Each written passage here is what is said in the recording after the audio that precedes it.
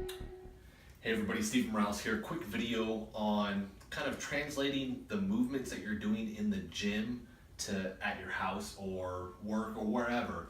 And one of the common places that we end up seeing kind of like injuries and stuff like that is somebody throws out their back, and that's kind of what we're focusing on right now. And it's them doing something like brushing their teeth or washing their hands or something like that. So they're essentially doing proper form at the gym, and then they're not carrying over to doing whatever they're doing during the day. So one of the things that we're going to focus on for this video is the proper form with hinging.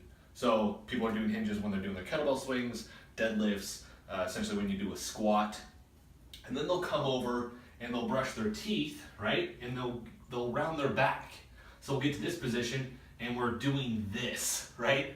So we're doing all the things that we're saying you shouldn't be doing when you're doing your deadlifts and all these other movements. So I want to encourage you guys that when you come and you're actually brushing your teeth or whatever, this is going to translate to a whole bunch of different things. I usually use the analogy of somebody's gonna, if they're doing yard work and they have to actually pick up bags of mulch, like deadlift that up. Same thing when you're doing groceries and you're actually carrying your groceries. You have to lift them off the ground or something like that. Let those movement patterns that you're doing in the gym translate. So for this, if I'm here, I'm going to brush my teeth, and I do this every morning when I'm kind of getting ready. I make it a focus of actually hinging those hips back, right? So karate chop at the hip, I'm going to push my hips back. And usually, right, if I'm here and I'm doing whatever, I'm hinging versus I'll see this, right?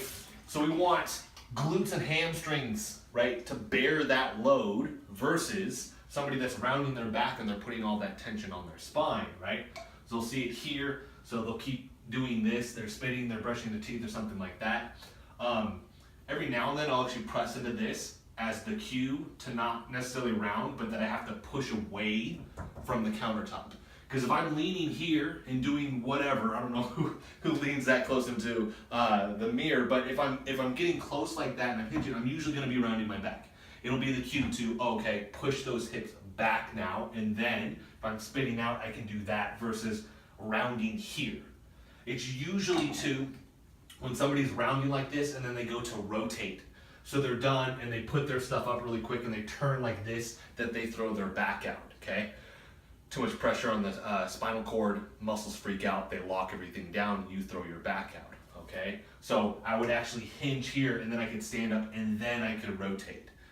Now a lot of these movements obviously are going to be dynamic, so just focusing on kind of keeping that in mind when I'm doing anything, because I can still get in this position and rotate as long as I'm keeping in that hip hinge and I'm doing a key part to the movement, which is that intra-abdominal bracing, right? Filling this with air, making sure that I'm bracing and giving the spine support from the inside also, which a lot of people forget about, okay? So practice this at home. If you have any questions or comments or anything like that, please do that in this section below. And I hope this helps. Keep this in mind. Do this for me so you can prevent injuries, which most of the time they're occurring outside of the gym, and then you can't get to the gym to get your workouts, all right? Thanks for watching.